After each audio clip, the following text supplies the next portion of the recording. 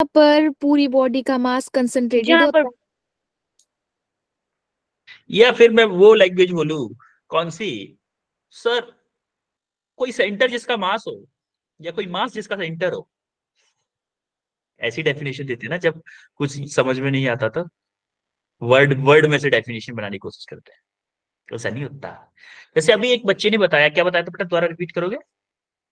Sir जब whole body का मास एक सेंटर पर कंसंट्रेटेड हो। यस। हम मान लें कि कोई भी एक बॉडी है, उसका, या फिर बोले कि उस पॉइंट पे बैलेंस हो जाए, उसको क्या बोलेंगे, सेंटर ऑफ मास बोलेंगे। या फिर बोले बॉडी का कंसंट्रेटेड मास, हम मान लें जिस पॉइंट पे मान सकें, उसको क्या बोलेंगे, सेंटर ऑफ मास बोलेंगे। अभी इसको थोड़ा सा पढ़ेंगे, कोई नहीं। सेंटर ऑफ मास पढ़ने वाले हैं, आज हम रिजिड बॉडी के बारे में जानेंगे, बेसिक्स ऑफ सेंटर ऑफ मास देखेंगे, सेंटर ऑफ मास फॉर्मूला देखेंगे, और उसके बेस पे क्वेश्चंस मेनली करने वाले। तो स्टार्ट करते हैं सबसे पहले रिजिड बॉडी। रिजिड बॉडी क्या होती है, कोई बताएगा रिजिड बॉडी क्या होती है, की होती रिजिड बॉडी? जिसका डेफिनेट शेप और वॉल्यूम हो। जिसका डेफिनेट शेप एंड वॉल्यूम हो। एक बात बताओ, मेरा मोबाइल, इसका डेफिनेट शेप है, वॉल्यूम है, या फिर मैं बोलूं कि ये केबल है, ठीक है, इसकी डेफिनेट शेप है, मतलब ये लेंथ की ऐसे है, और वॉल्यूम भी है इसका कोई, क्या ये रिजिड बॉडी है? क्या ये रिजिड बॉडी है? No sir. क्यों, वाई? सर ये अपनी शेप को चेंज कर सकता है। देखो, एक्चुअली में क्या डेफिनेशन होनी चाहिए कि रिजिड बॉडी वो बॉडी होगी जिसमें किन्हीं भी दो पॉइंट्स के बीच की डिस्टेंस कभी भी चेंज ना हो, किन्हीं भी दो पॉइंट्स के बीच की डिस्टेंस। किसके? जब हम फोर्स अप्लाई कर रहे हैं, जैसे मान लो मैंने ये फोर्स अप्लाई किए, और मान लो ये एक पॉइंट माना, 1 2 3 4 5, आपस में किसी भी दो एडजेसेंट पॉइंट के बीच की डिस्टेंस चेंज ना हो, हम कितना भी एक्सटर्नल फोर्स अप्लाई कर लें, उस बॉडी को हम क्या बोलेंगे, रिजिड बॉडी। सारी बात समझ में? जैसे कि यस आपने बोला सर। था ना, definite shape and size, shape and size, आपको बोलना चाहिए था शेप एंड साइज, तो करेक्ट बात है, with the application of force, किस, कोई फोर्स लगाने पे उसका डेफिनेट शेप एंड साइज रहे, चेंज ना हो, उसी को हम क्या बोलेंगे, रिजिड बॉडी। अच्छा एक बात बताओ मेरे को, क्या आप, आपकी बॉडी या मेरी बॉडी रिजिड बॉडी है? बोलो, बताओ, है या नहीं? No sir. कितने लोग बोलते हैं है, आपकी बॉडी रिजिड बॉडी है? कितने लोग बोलते हैं? हैंड रेज करो।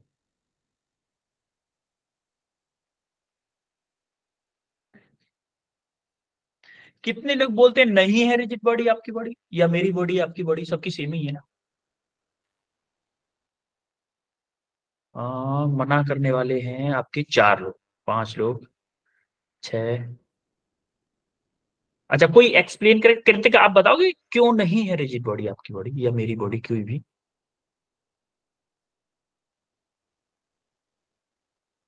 कोई भी, एनीवन, एनीवन एक्सप्लेन करेगा क्या, थोड़ा सा गलत भले ही बताओ, जो आपको समझ में आ रहा हो, क्या सोच के आपने बोला कि आपकी बॉडी या मेरी बॉडी रिजिड बॉडी नहीं है, क्या सोच के बोला, एनीथिंग। सर जब सर जब बॉडी पर कोई फोर्स अप्लाई करते हैं तो वो अपनी शेप और साइज को चेंज नहीं करता। हमारी बॉडी चेंज कर लेती है। एक बात बताओ, देखो मेरी नाक दिख रही है आपको, नाक और आंख के बीच में इतनी डिस्टेंस है कि नहीं है? Yes yes sir. सर। अब यस सर। अब देखो, अब देखो जब मैं फोर्स लगा रहा हूं, क्या ये डिस्टेंस कम हो रही है? हंसना यस मत, सर। मैं आपको थ्योरी बता रहा हूँ, हो रही है कि नहीं हो रही है? मतलब फोर्स के अप्लाई करने से, देखो इधर कर लूं चाहे इधर कर लूं, बढ़ा भी सकता हूँ डिस्टेंस को, आंख की और नाक की को कम भी कर सकता हूँ। इसका मतलब मेरी बॉडी रिजिड बॉडी नहीं है, क्योंकि मैं फोर्स लगा रहा हूं, और इसकी शेप एंड साइज में चेंज हो रहा है। यस और no? Yes sir. Yes Yes, sir. sir. इसका मतलब रिजिड बॉडीज क्या होती है? रिजिड बॉडीज वो होती हैं, जैसे आप बोल सकते हो कि आपके घर का गेट, ये जो आपके हाथ में दिख रहा है ये भी रिजिड बॉडी है। मैं ऐसे खींच रहा हूं, ऐसे खींच रहा हूं तो चेंज नहीं हो रही, ऐसे दबा रहा हूं तब भी चेंज नहीं हो रही। यहाँ पर जो पार्टिकल है और यहाँ पर जो पार्टिकल है, इन दोनों के बीच की डिस्टेंस इतनी है, मैं फोर्स लगा रहा हूं तब भी नहीं हो रही है। लेकिन क्या हमेशा ऐसा हो सकता है कि मैं कितना भी फोर्स लगाऊं ये टूटे ना? बोलो। No no sir. सर। नहीं हो सकता। इसका मतलब इस वर्ल्ड में, इस यूनिवर्स में परफेक्टली रिजिड बॉडी तो कोई होती नहीं है, क्योंकि ऐसा कभी नहीं हो सकता। एक बात बताओ कि मान लो आपने मान लिया कि कोई बहुत बड़ा लकड़ी का टुकड़ा है, वो रिजिड बॉडी है, क्योंकि आप फोर्स लगा रहे हो अपने हाथों से, वो नहीं हो रहा है इधर उधर। आपने बोला देखते हैं अभी जेसीबी से देखते हैं उठा के, या जेसीबी से पटक पटक के देखें तोड़ा टूटेगा कि नहीं टूटेगा। जेसीबी से टूट जाएगा कि नहीं टूट जाएगा, या फिर कटर से टूट जाएगा कि नहीं टूट जाएगा। Yes sir. तो उसके किन्हीं दो पॉइंट्स की डिस्टेंस अलग अलग हो जाएगी, इसका मतलब वो रिजिड बॉडी नहीं कहलाएगा क्या? देखो, हम ज्यादा फोर्सेस के बारे में बात नहीं करेंगे, हम बात करेंगे अपने कम फोर्स। एक लिमिटेड फोर्स लगाने पे अगर आपकी बॉडी में जो डिफॉर्मेशन है वो बहुत कम हो, निग्लिजिबल हो, तो हम उनको क्या मानेंगे? रिजिड बॉडी ही मानेंगे। हमारी बात समझ में? उनको यस क्या सर। मानेंगे? Rigid Yes, body sir. मानेंगे। अब देखो जरा, Yes, sir. अभी देखो व्हाट इज रिजिड बॉडी में हम देखेंगे कि rigid body is that which doesn't change its shape and size after the application of force। तो हम बोलेंगे कि ये आपकी रिजिड बॉडी है, हम फोर्स लगा रहे तो शेप चेंज नहीं हो रही। लेकिन एक नोट देखो आप, नोट क्या है? There is no perfect rigid body in this world. ये बात परफेक्टली सच है, क्योंकि अगर आपसे कोई बोले कि रिजिड बॉडी अगर ये होती है, तो क्या परफेक्टली रिजिड बॉडी दुनिया में कोई है? कोई नहीं है। क्योंकि ऐसा कभी नहीं हो सकता कि किसी भी चीज पे चाहे जितना फोर्स लगाओ वो कभी टूटे ना, या फिर उसमें कभी डिफॉर्मेशन ना हो, बिल्कुल टूटे। भाई लोहे की बॉल अगर आप ला रहे हो, मान लो लोहे आयरन स्फीयर कोई ले लिया, अंदर से ठोस है वो, तो आप बोलोगे ये रिजिड बॉडी है। लेकिन जैसे ही चार हथौड़े बहुत तेज तेज मारोगे, क्या उसमें भी गड्ढा बन जाएगा? यस और नो? Yes, sir. मतलब perfectly rigid Yes, body sir. कोई नहीं है। उस बॉल पे भी बहुत ज्यादा फोर्स लगाया जाए तो उसके भी एटम्स के बीच की डिस्टेंस चेंज हो सकती है। तो हम एक बात तो याद रखनी है, रिजिड बॉडी की डेफिनेशन भी हमें याद रखनी है, और ये बात भी याद रखनी है कि परफेक्टली रिजिड बॉडी दुनिया में कोई नहीं होती। लेकिन हम पढ़ेंगे अपना, हमारा जो application of force come forces के लिए पढ़ते हैं, इसलिए हम उनको रिजिड बॉडी कंसीडर कर लेते हैं। जैसे मैं दीवार है मेरी, दीवार पे मैं कितना भी फोर्स लगाऊं, क्या मैं दीवार को खिसका सकता हूं इधर दूसरे के घर में? No, sir. sir. मेरा मूड कितना भी करे कि मैं ना क्या करूं, इस दीवार को अगर 1 फुट उधर खिसका दूं या 1 मीटर उधर खिसका दूं, तो मेरा घर 1 मीटर बड़ा हो जाएगा ना? होगा कि नहीं? No, sir. क्या ऐसा कर पाता हूं मैं? कभी नहीं कर पाता। हर कोई चाहता है मेरा घर बड़ा हो जाए, पड़ोसी का घर मेरे घर के अंदर ही आ जाए, लेकिन ऐसा नहीं होता, ऐसा कर नहीं सकते। क्यों? क्योंकि ये दीवार क्या है? रिजिड बॉडी है। क्या ये ऐसा हो सकता है कभी ना टूटे? जेसीबी लाके तो टूट जाएगी, No, sir. Yes sir. JCB लाके Yes, टूट sir. सकती है, लेकिन मेरे फोर्स से मेरे लिए Yes, रिजिड sir. बॉडी है, जेसीबी के लिए रिजिड बॉडी नहीं है, मेरे लिए रिजिड बॉडी है। फंडा समझ में आ रहा है overall? Yes sir. Yes, sir. अब हम आते हैं मेन टॉपिक। एग्जांपल देख लेते हैं थोड़े से। रिजिड बॉडी में जैसे फैन, सीलिंग फैन है, सीलिंग फैन चल रहा है, उसके ऊपर काफी सारे फोर्सेस लग रहे हैं, अपनी शेप, पंखा लगा हुआ है ऊपर आराम से। क्या कभी ऐसा होता है पंखा चलते चलते टेढ़ा हो जाए? होता है क्या? No sir. No, sir. Water wheel, water wheel, ये जो नीचे की तरफ दिख रहा है, क्या ये हमेशा घूमता रहता है? घूमता रहता है? क्या ऐसा होता है कभी कि भाई इसकी जो शेप एंड साइज में कुछ चेंजेस आ जाए? इसके ऊपर रखा हुआ ये कुल्लड़ वगैरह No, कुछ भी बनाते रहते हैं, लेकिन इसमें कोई चेंज नहीं होता। तो इन सबको क्या बोलते हैं हम? एग्जाम्पल ऑफ रिजिड बॉडीज बोलते हैं सर। क्लियर है? Yes yes sir. सर। ठीक है, अब हमारा कुछ देख लेते हैं। द सेंटर ऑफ मास, देखो यहां से तो कुछ समझ में आएगा नहीं, आपको समझ में आएगा the average position of all parts that are weighted according to their masses is defined as center of mass। जितने भी छोटे, अच्छा एक बात, कोई भी मटेरियल किसका बना होता है? छोटे छोटे पार्टिकल से मिलकर बना होगा, छोटे छोटे पार्टिकल से मिलकर बना होगा। इनफाइनाइट नंबर ऑफ पार्टिकल्स होंगे, उन सब की एवरेज मास की पोजीशन कहां पे लाई कर रही है? At the centre of the circle पे। तो इसी को हम क्या बोलेंगे? सेंटर ऑफ मास बोलेंगे। सिमिलरली जो हमारा हॉलो सर्किल होता है, हॉलो रिंग का भी क्या सेंटर पे होता है, और जो स्क्वायर टाइप की शेप होती है या रेक्टेंगल टाइप की होती है, उसका भी क्या होता है? डायगोनल को क्रॉस कर दो, जहां पे डायगोनल मिलते हैं वहां पे होता है। सिमिलरली ट्रायंगल पे अगर हम एंगल्स को मिलाएं तो उन एंगल के हाफ एंगल किया है हमने, तो उनके जो क्रॉस पॉइंट होता है उस पे जाके मिलता है। अब देखो यार, सेंटर ऑफ मास है, क्या बॉडी वहां पे हमारी बैलेंस करनी चाहिए? Yes sir. दिख रहा है? यस ये सर। दिख रहा है आपको? ये दिख रहा है यस सर। जिसपे पेपर देने जाते हैं, ये वो है yes yes sir. Sir. Cardboard. ठीक है, Yes, sir. अब यस देखो सर। इसका सेंटर ऑफ मास देखो क्या यहाँ कहीं होना चाहिए? Yes yes sir. मैं अभी नहीं पहुंचा, Yes, sir. देखो कहीं, अरे भाई पहुंच जा, देखो बैलेंस हो गया, हुआ? Yes sir. Yes, क्या ये sir. कहीं इन सर। बिटवीन है? देखो यस सर। देखो दोनों साइड से देखो, जरा बीच में है कहीं, देखो दिख रहा है सबको? Yes sir. Yes, yes sir. Sir. Yes क्या ये सर। कार्डबोर्ड रेक्टेंगल शेप का है? इसमें ये लेंथ कम है, ये लेंथ ज्यादा है, रेक्टेंगल शेप का है कि नहीं है? Yes sir. इसका देखो Yes, शेप sir. का है, क्या ये जस्ट बीच में आ रहा है? तो यानी कि डायगोनल अगर मैं इधर से एक डालूं और इधर से एक डालूं तो यहां कहीं जाके मिलेगा डायगोनल। तो क्या उसी डायगोनल के क्रॉसिंग पॉइंट पे ही है मेरा centre of mass? Yes sir. इसका Yes, मतलब sir. ये जो लिखा हुआ है बिल्कुल सही लिखा हुआ है, गलत लिखा हुआ है मैंने अभी लिखा है जो स्क्रीन पे है? बोलो। सर सही लिखा है। अब एक बात बताओ मेरे को कि जैसे मैं यहाँ पे, अभी मैंने क्या किया, अभी ऊपर वाली साइड देखो, थोड़ा सा टेढ़ा कर लेता हूं। अभी मैंने क्या किया, यहाँ पे सेंटर है, यहाँ पे सेंटर है, मैंने यहाँ पे एक चीटा बिठाया, अच्छा चीटा नहीं, आप ही को बिठा देते ना, आरुषि को मैंने सेंटर पे बिठाया, आरुषि को। मुस्कान को सेंटर से थोड़ा सा दूर यहाँ पे बिठाया, मुस्कान से थोड़ा सा और दूर विशाल को बिठाया, विशाल के पीछे दीक्षा को, दीक्षा के पीछे शिवोम को, शिवोम को सबसे कॉर्नर पे बिठाया। और मैं इसको क्या कर रहा हूँ? रोटेट कर रहा हूँ, ऐसे करके रोटेट कर रहा हूँ, ऐसे करके रोटेट कर रहा हूँ, ऐसे करके। तो मुझे एक बात बताओ, सबसे तेज कौन भागेगा? सबसे तेज मोशन किसको लगेगा? किसको लगेगा कि भाई मैं सबसे तेज दौड़ रहा हूँ इन सबसे?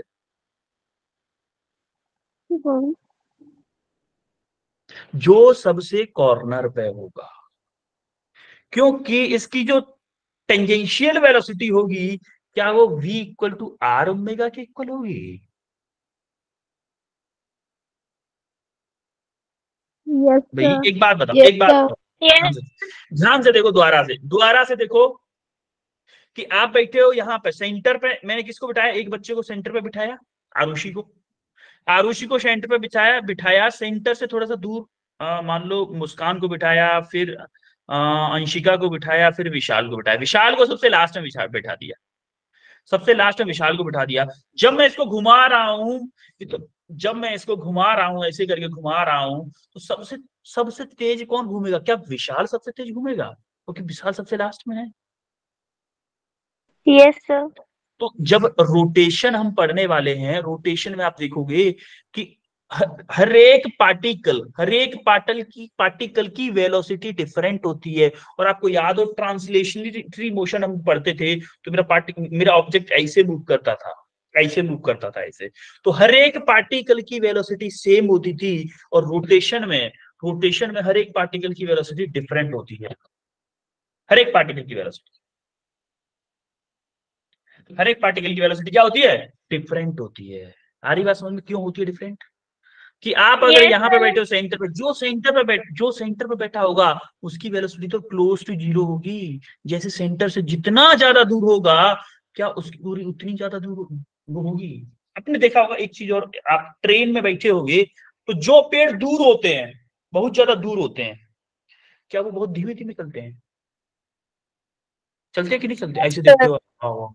और जो पास वाले होते हैं यूं यूं करके निकल जाते हैं कि नहीं निकलते हैं? Yes, sir. Yes, sir. ये सारी चीजें हम किस में देखेंगे? रोटेशन के पॉइंट ऑफ व्यू से देखेंगे। अभी जब रोटेशन पढ़ाएंगे तब आपको पूरी चीजें एक्सप्लेन करेंगे, लेकिन थोड़ा सा मैंने आपको आइडिया दिया है यहाँ पे बस। तो सेंटर ऑफ मास क्लियर हुआ। अगर रोटेशन वाली चीजें नहीं समझ में आई, छोड़ दो, बाद में पढ़ाएंगे अभी हम इस चीज को। मैंने सिर्फ पढ़ाया है तो थोड़ा सा आइडिया दे दिया कि हम रोटेशन क्या पढ़ने वाले हैं आगे चल के। सेंटर ऑफ मास क्लियर हुआ? Yes sir. ठीक। यस अब हम सर। इसके देखते हैं कुछ फॉर्मूलेज। अब हम देखने वाले हैं इसके कुछ फॉर्मूला। देखो, अगर मान लो कि मेरे दो मासेस रखे हुए, दो मासेस हैं कहीं, एक एक आम ये रखा हुआ है, एक आम ये रखा है, दो मैंगोज रखे हुए हैं, और मुझे चाहिए इनके सेंटर ऑफ मास की पोजीशन। ये यहां तक नहीं है, ये x2 है, इस यहां तक की डिस्टेंस, ये गलत है। मुझे चाहिए यहां से इन दोनों के सेंटर ऑफ मास की पोजीशन। तो सेंटर ऑफ मास का फॉर्मूला क्या होता है? जो आपने रेफरेंस पॉइंट लिया है वहां से m1 मास की डिस्टेंस मान लो x डायरेक्शन में है, ये only x direction, y direction में 0 है डिस्टेंस, तो x डायरेक्शन में आप देखोगे डिस्टेंस x1 है और m2 भी क्या है? x2 है। तो x डायरेक्शन में सेंटर ऑफ मास की पोजीशन क्या होगी? m1 x1 plus m2 x2 divided by m1 plus m। अगर यहाँ पे एक और मास होता, मान लो यहाँ पे m3 भी होता, तो यहीं पे हो जाता क्या? m3 into x3 plus m3। ये इनफाइनाइट तक जाता तो इनफाइनाइट नंबर ऑफ मासेस हो जाते। ये ओनली एक्स एक्सिस के लिए हो गया। सिमिलरली वाई एक्सिस के लिए होगा, सिमिलरली जेड एक्सिस के लिए होगा, और सिमिलरली वेक्टर फॉर्म में भी। क्या ये क्लियर है formula? Yes sir. Yes, sir. Similarly sir. हमारा क्या है, अभी मान लो कोई सिस्टम, हमारा कोई पार्टिकल है, जैसे मान लो कि ये हमारा कोऑर्डिनेट सिस्टम है, ये एक्स, ये वाई और ये जेड। यहां पे एक पार्टिकल है 1, यहाँ पे कोई पार्टिकल है 2, यहाँ पे 2 है, यहाँ पे 3 है, यहाँ पे 4 है, यहाँ पे 5 है। ऐसे करके कोई पार्टिकल है, इनकी एक्स डिस्टेंस, वाई डिस्टेंस और जेड डिस्टेंस कुछ दे रखी है। तो हमें सेंटर ऑफ मास निकालना है, उसके कोऑर्डिनेट निकालने सेंटर ऑफ मास के।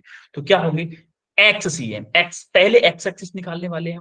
तो 1 की एक्स एक्सिस में कितनी डिस्टेंस चला है? 1। 2 कितना चला है? 3 कितना चला है? 4 कितना चला है? 5 कितना चला है? उन सब का मास के साथ, उनके रेस्पेक्टिव मास के साथ मल्टीप्लाई करके divided by total mass. Similarly Y में मास इंटू वाई में कितना डिस्टेंस चला? y1, m मान लो y1 चला है, m2 मान लो y2 चला है, m3 मान लो y3 चला है। Similarly divided by total mass. Similarly Z के लिए करेंगे m1 z1 m2 z2 m3 z3 divided by total मास। तो हमारा क्या आ जाएगा? जो पूरे सिस्टम का कोऑर्डिनेट, सिस्टम का पूरे सिस्टम का हमारा सेंटर ऑफ मास के कोऑर्डिनेट आ जाएंगे कि एक्स एक्सिस में सेंटर ऑफ मास इतना होगा, वाई एक्सिस में इतना होगा, जेड एक्सिस में इतना होगा। ये तो हमारा स्केलर फॉर्म में है। सिमिलरली वेक्टर फॉर्म में भी होता है। क्या ये क्लियर हुआ कि नहीं हुआ formula? Yes, sir. Yes sir. अभी क्वेश्चन करेंगे तो और क्लियरिटी Yes, आएगी। sir. माना कि हमारे जो मासेस दे रखे हैं, मासेस दे रखे हैं, उनके पोजीशन वेक्टर दे रखे हैं, r1 vector, r2 vector, r3 vector, और मान लो 50 हैं, 50 मासेस अलग अलग अलग अलग जगह पर डिस्ट्रीब्यूट हैं। मान लो आपके रूम में 50 लोग बैठे हुए हैं, ये मान लो आप 50 लोग बैठे, एक यहाँ, एक यहाँ, एक यहाँ, यहाँ, यहाँ, यहाँ, यहाँ, यहाँ, यहाँ, यहाँ, यहाँ, ऐसे करके 50 लोग बैठे हुए हैं। और इस रेफरेंस पॉइंट से पोजीशन वेक्टर सबके दे रखे, पोजीशन वेक्टर दे रखे हैं। तो हमारा क्या होगा? सेंटर ऑफ मास का वेक्टर फॉर्म में क्या होगा? m1 r1 vector plus m2 r2 vector plus m3 r3 vector dot n तक, मतलब जितने भी होंगे सबको ऐड कर लेंगे। 50 हैं तो m50 r50 divided by total मास। ये क्या होगा? Centre of mass of the system. बोलो, हवा लगी कुछ कि सब कुछ ऊपर होके गया? Yes sir. Yes, sir. लगी? No sir. Sir लगी. करो भैया, फर्स्ट क्वेश्चन करो आप, तब थोड़ा सा और हवा लगेगी आज, अभी और हवा लगेगी। इस क्वेश्चन को करो। मैं पोल लॉन्च कर रहा हूं, इसके लिए पोल लॉन्च कर रहा हूं, क्वेश्चन से ज्यादा समझ में आएगा, देखिएगा अभी।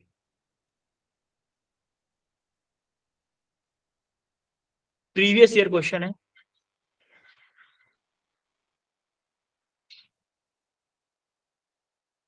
नीट 2020 का क्वेश्चन है, करो भाई।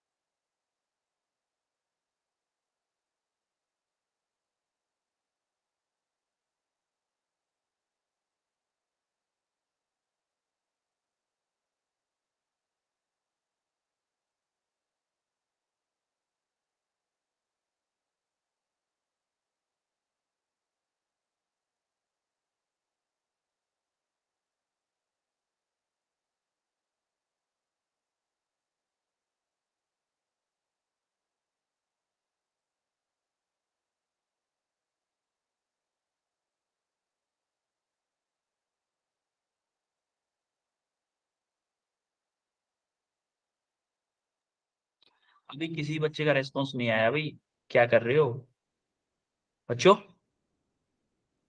नहीं समझ में आ रहा है, मना करो, मैं करवाता हूँ, नेक्स्ट क्वेश्चन कर लेना। Sir option A. बेटा पोल पे रेस्पॉन्स करो, पोल। नहीं पता क्या सही है क्या गलत है अभी। अभी मेरा सब कुछ उड़ गया है। जब करवाता हूँ तभी मेरे दिमाग में पता नहीं कहाँ से आ जाता है कि इस तरीके से कराओ क्वेश्चन को। पोल पे आंसर करो।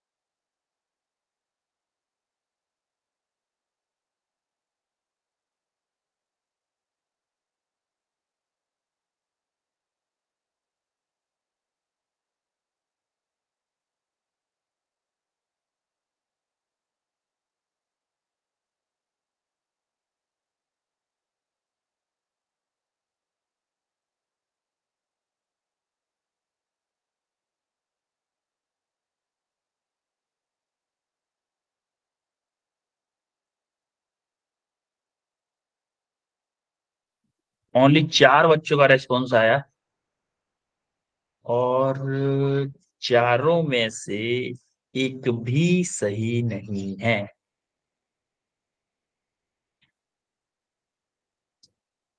ठीक है, चलो मैं इस क्वेश्चन करवाता हूं, उसके बाद आप करिएगा, ठीक है। Two particles of mass 5 kg and 10 kg respectively are attached to the two ends of a rigid rod of 1 meter with negligible mass। कोई एक रॉड है जिसका मास नेग्लिजिबल है, उस पर दोनों साइड पे मास अटैच्ड है।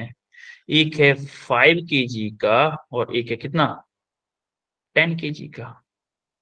तो बीच की डिस्टेंस कितनी है, 1 मीटर।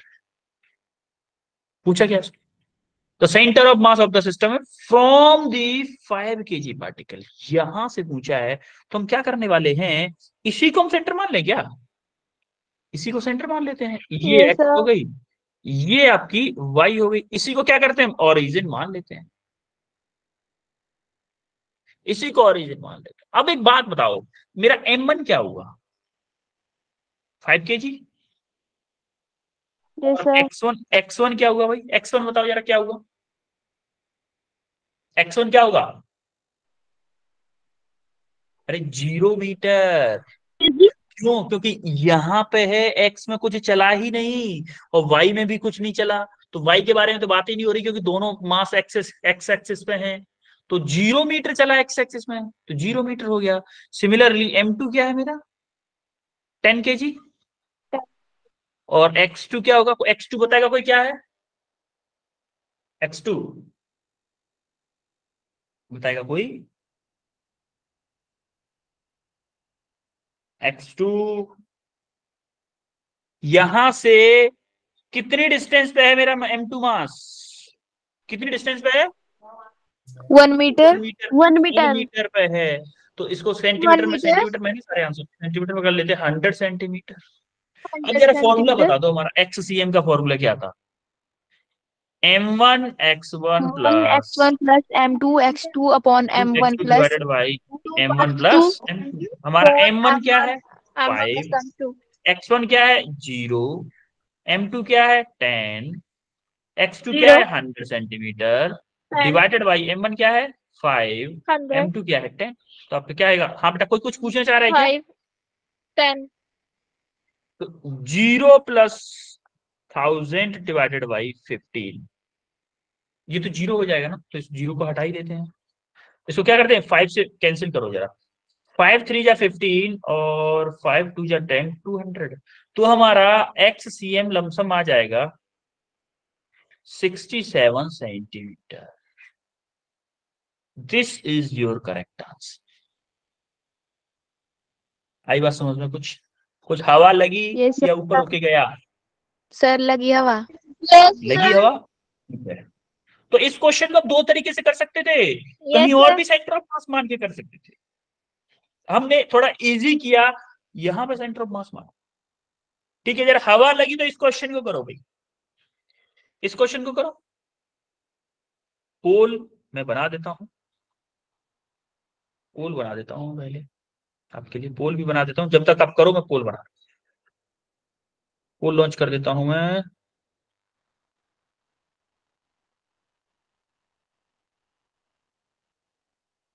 पोल लॉन्च हो चुका है, आंसर कीजिए और पोल पर रेस्पॉन्स कीजिए। इसको दोनों तरीके से कर सकते हो, वेक्टर के फॉर्म में कर सकते हो और विदाउट वेक्टर भी कर सकते हो, जैसा आपका मन है वैसा कीजिए, दोनों तरीके से आंसर करेक्ट ही है।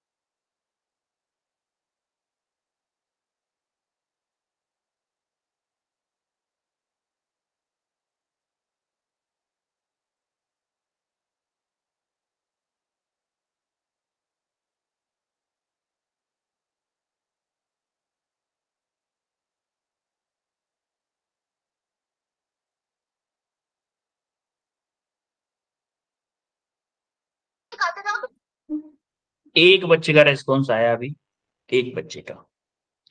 बच्चों काफी टाइम हो गया वेट करते हुए। 21 रेस्पॉन्स टिल नाउ। गलत ही कर दो, सही नहीं कर पा रहे हो तो भले ही गलत करो, बट करो, बट करो। इसका मतलब ये नहीं ऐसे ही ऐसे टिक कर दो ABCD कुछ भी तुक्का मार दो, ऐसा नहीं। फिर हाथ पैर मारो तब ना होगा क्वेश्चन। एक्स और वाई की वैल्यू देखना, देखो इसमें एक्स कोऑर्डिनेट भी है, वाई कोऑर्डिनेट भी है, तीनों के लिए, तीनों मासेस के लिए एक्स एक्सिस पे एक्स होगा, वाई एक्सिस में कितना डिस्टेंस चला वाई होगा। उन तीनों डिस्टेंसेस को देखो, जैसे M1 मास के लिए x1 y1, M2 मास के लिए x2 y2, M3 मास के लिए x3 y3, तीनों को देखो, तीनों के लिए XCM वाला फॉर्मूला लगेगा, YCM वाला फॉर्मूला। तो वहां से आपको दोनों के कोऑर्डिनेट मिल जाएंगे, दोनों कोऑर्डिनेट मिल जाएंगे, एक्स कोऑर्डिनेट और वाई कोऑर्डिनेट। 5 बच्चों ने रेस्पॉन्स किया है और अनफॉर्चुनेटली पांचों का गलत है। जो करेक्ट ऑप्शन है सिर्फ वही छोड़ दिया है, बाकी सारे ऑप्शन को सेलेक्ट किए हैं। कोई नहीं, गलत है तो कोई दिक्कत, ट्राई करो बस, ट्राई करना इंपॉर्टेंट है।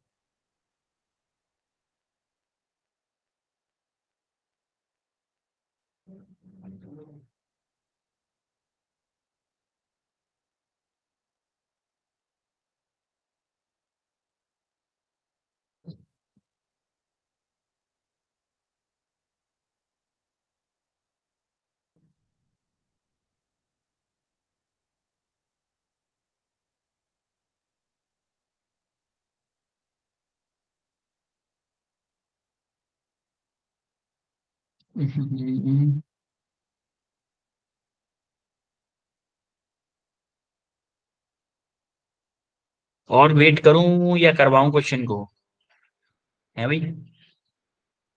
सब करवाता हूं। देखो ध्यान से देखिएगा इस क्वेश्चन को, जरा ध्यान से। ये मान लेते हैं हम एक्स एक्सिस है, ये मान लेते हैं वाई एक्स। उसने बोला है इस बार 3 identical sphere each of mass m, 3 masses हैं m मास के। जैसे मान लो एक मास m कैपिटल यहाँ पे है, एक मास कैपिटल M यहाँ पे है, एक मास कैपिटल M यहाँ। Placed at a corner of a right angle triangle with mutually perpendicular sides equal 2 metre. ये 2 मीटर दे रखा है और ये भी 2 मीटर दे रखा है।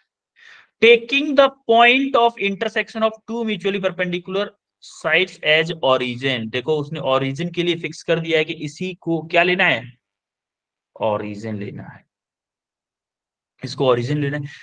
Find the position vector of centre of mass, centre of मास निकालना है, पोजीशन वेक्टर, पोजीशन वेक्टर निकालना है किसका, centre of mass. Centre of मास का पोजीशन वेक्टर निकालोगे तो कैसा आएगा? एक बात बताओ, आप किस फॉर्म में करना चाहते हो, वेक्टर फॉर्म में इसको सॉल्व करना चाहते हो, किस फॉर्म में करना चाहते हो? Vector form. वेक्टर फॉर्म में। देखो आंसर वेक्टर फॉर्म में, तो वेक्टर फॉर्म में ही कर लेते हैं, दोनों फॉर्म में कर सकते हो सॉल्व आप। देखो जरा फर्स्ट क्वेश्चन, जैसे अब अगर मैं बोलूं कि इसको M1 बोल दूं, इसको 1 बोल देता हूं, इसको 2 बोल देता हूं, इसको 3 बोल देता हूं, ठीक है।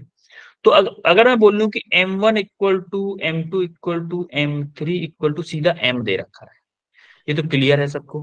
अब बोलो कि मेरा R1 पोजीशन वेक्टर क्या है, फर्स्ट के लिए फर्स्ट का पोजीशन वेक्टर क्या है? क्या मैं बोलूं 0 i कैप प्लस के 0 j कैप है कि नहीं है? देखो फर्स्ट वाला ना तो x में कुछ चला है ना y में कुछ चला है। सिमिलरली R2 पोजीशन वेक्टर अगर मैं बोलूं 2 मास के लिए बोलूं तो ये क्या आएगा, 2 i कैप, भाई 2 चला है x एक्सिस में और y में कितना चला है 0, तो 0 को लिखो या ना लिखो, कितना, इतना मीटर हुआ। सिमिलरली R3 वेक्टर अगर मैं लिखूं तो क्या होगा, 2j cap, 2j cap, 2j cap, यानी कि ये x एक्सिस में नहीं चला है। क्या ये पोजीशन वेक्टर लिखना सबको समझ में आया कैसे लिखा है? Yes sir. अब हमें फॉर्मूला पता है कि R centre of mass in vector form मेरा होता था M1 R1 vector plus m2 r2 vector plus m3 r3 vector divided by m1 plus m2 plus m3। कोई दिक्कत किसी को? No sir. ठीक है, अब हम क्या करते हैं, No, m1 into sir. r1। r1 vector क्या मेरा जीरो है, r1 वेक्टर मेरा जीरो है, तो m1 into zero plus m2 क्या है मेरा, m2 है, m है भाई, m की m ही लिखते रहते हैं। m इंटू r2 वेक्टर क्या है मेरा, r2 है 2i cap 2i cap plus m3 क्या है मेरा, m3 तो m ही है, मास तो m m ही है ना तीनों, into 2j 2j cap. Cap, r3 मेरा 2j कैप है, divided by m plus m। कोई दिक्कत? No no sir. सर। ठीक है, अब क्या करो, देखो ये जीरो हो गया, तो यहाँ पे क्या बचा, 2m I cap plus 2m J cap divided by 3m। कोई दिक्कत? No no sir. यहां से सर। हम क्या कर लेते हैं, 2m कॉमन ले लेते हैं, तो मेरा क्या आ गया, i cap plus j cap divided by 3m। तो m से m कैंसिल हो गया, तो हमारा क्या आ गया, 2/3 i plus j cap, i cap plus j cap. This is your correct answer. Option C is the correct answer. बोलो चमका, कैसा नंबर यस आया? सर। Yes sir. अब जरा एक और क्वेश्चन देखो, अभी हमने ट्रायंगल पे किया है ये, अब आप देखो रेक्टेंगल पे करो। 4 particles of mass 1 kg, 2 kg, 3 kg, 4 kg are placed at 4 vertices of A, B, C, D of a square of side 1 meter। मैं आपको डायग्राम बना के दे देता हूं, चलो। माना कि ये कोई स्क्वायर है, इसका ओरिजिन मान लो ये एक्स एक्सिस है, ये वाई एक्सिस। माना कि यहाँ पे मेरा मास m1 है, ये m2 है, ये m3 है, ये m4 है, या फिर बोल दो कि ये ए पॉइंट है, ये बी पॉइंट है, ये सी पॉइंट है, ये डी पॉइंट है। तो हमारा यहाँ पे m1 क्या है, 1 kg, m2 क्या है, m2 क्या है 2 kg, 2 m3 क्या है kg। kg, m4 क्या है 4 kg। अब आपको इसको सॉल्व करना है और मेरे को पोजीशन ऑफ सेंटर ऑफ मास बता दो, कहां पर हो, चाहे आप किसी भी फॉर्म में सॉल्व। सर आपका माइक बंद है। आप चाहो तो वेक्टर फॉर्म में सॉल्व कर सकते हो, आप चाहो तो स्केलर फॉर्म में सॉल्व कर सकते हो, किसी भी फॉर्म में आप सॉल्व कर सकते हो। करो भाई, सॉल्व करो। अभी मैंने ट्रायंगल के लिए करवाया है, रेक्टेंगल के लिए करवा।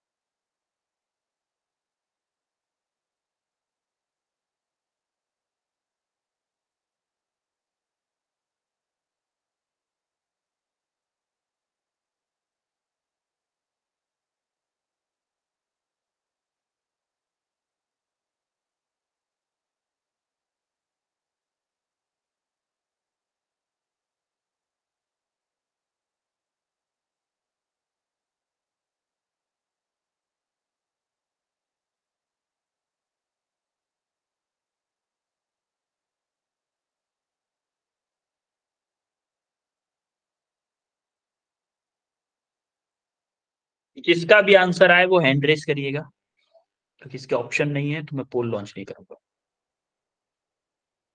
अभी 2 मिनट और है आपके लिए, 2 मिनट और।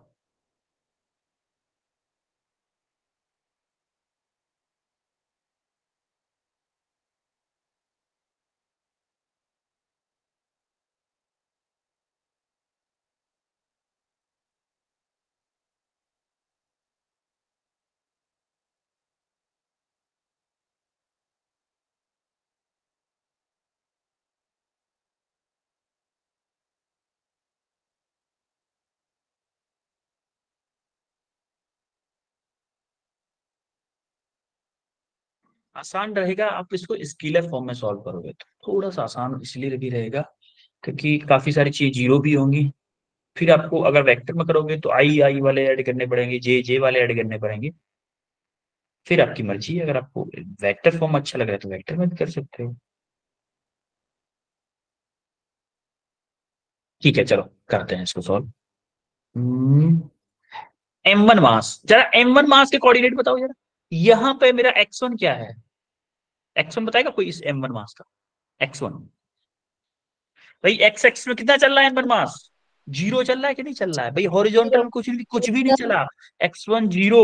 और y1 क्या है बेटा? y1 क्या है? ये 1 मीटर है ना सब? 1 1 मीटर। y1 क्या है मेरा? 1 मीटर। सिमिलरली x2 बताओ जरा, x2 यानी कि 2 मास ये है। x2 देखो, x में भी 1 मीटर चल रहा है, y में भी 1 मीटर चल रहा है, तो x2 मेरा 1 मीटर होगा और y2 भी मेरा 1 मीटर होगा। बोलो, कोई दिक्कत किसी को? No no sir. Sir. Similarly अगर आप देखोगे x3, 3 मास के लिए देखो जरा, तो मेरा x3 कितना होगा? 1 मीटर। 1 मीटर। और y3 क्या होगा बेटा? y3 क्या 1 होगा मीटर। बेटा? y3 वर्टिकल में कितना जीरो। चल रहा है? m3 zero. और x4 कितना होगा? जीरो। जीरो। और y4 zero. 1 zero. Yes, absolutely correct. अब आप निकाल लो क्या? सेंटर ऑफ मास, सिंपल, एक्ससीएम निकाल लो पहले। एक्ससीओएम क्या होगा? m1x1 plus m2x2 plus m3x3 plus m4x4 divided by m1 plus m2 plus m3 plus m4। m1 क्या है भाई? 1। x1 क्या है? 0। प्लस m2 क्या है? m2 बोलो 2। x2 क्या है? 1। 1 m3 क्या है? 3। 3 x3 क्या है? 1। 1 x m4 क्या है? 4। x4 क्या 4 है? 0 0 divided by 1 plus 1 2 plus plus 2 3 plus 3 plus plus 4। 4। देखो ये जीरो हो गया, ये जीरो हो गया, कितना बचा? 2 प्लस 3 5। 5 yes by sir. ये ऐड कितना होगा? 3 4 10 5 हो प्लस जाएगा। 10। 10 होगा तो यानी कि 0.5 मीटर आया भाई एक्ससीओएम। सिमिलरली वाईसीओएम क्या होगा? क्या होगा? m1y1 plus 1 m2y2 plus m3y3 plus m4y4 upon m1 plus m2 plus m3 plus m4 equal to क्या होगा? m1 क्या है? 1। y1 क्या है? 1। प्लस m2 क्या है? m2 है 2 इंटू y2 क्या है? 1। m3 क्या है? 3। y3 क्या है? 0। m4 क्या है? 4। y4 क्या है? 0 divided by 1 plus 2 plus 3 plus 4। कोई दिक्कत किसी को? भाई हमने सिर्फ वैल्यू पुट की है इसको। अब आप देखोगे ये जीरो हो गया, ये जीरो हो गया, यहाँ पे क्या बचा? 1 प्लस 2 3। 3 डिवाइडेड बाई 10 यानी कि 0.3 मीटर। तो मेरा coordinate of centre of mass क्या आ गया? Coordinate of COM equal to क्या आएगा? एक्ससीएम कितना है मेरा? 0.5 metre comma 0.3 metre. This is your correct answer. बोलो, चमका कि नहीं चमका? Yes sir. Yes, sir. ये आपका सॉल्यूशन है उसका। अब हमें बताओ आज हमने क्या क्या पढ़ा है? बताओ भाई, रिजिड क्या क्या पढ़ा बॉडी, है? रिजिड बॉडी पढ़ी, centre of mass, centre of मास पढ़ा, और क्या क्वेश्चंस, पढ़ा? और हमने कुछ फॉर्मूलाज भी तो पढ़े, formulas of COM, in scalar form, scalar and vector form. पढ़े थे ना? Yes sir. Yes sir. अब हमने कुछ जाके क्वेश्चंस किए। तो आज की क्लास में कोई भी डाउट है आपको? No sir. No sir. Okay okay then फिर बच्चों मिलते हैं आपसे। कब है आपकी क्लास अब नेक्स्ट? आई थिंक फ्राइडे को। Yes yes sir. फ्राइडे को ही है ना? Yes sir. तो फ्राइडे को मिलते हैं फिर नेक्स्ट क्लास में। तब तक के लिए tata bye bye. Bye sir, thank you sir. Bye sir, you good night. Welcome. Welcome. Bye, sir. Thank you, very good sir. Night. Very good night. You welcome everyone.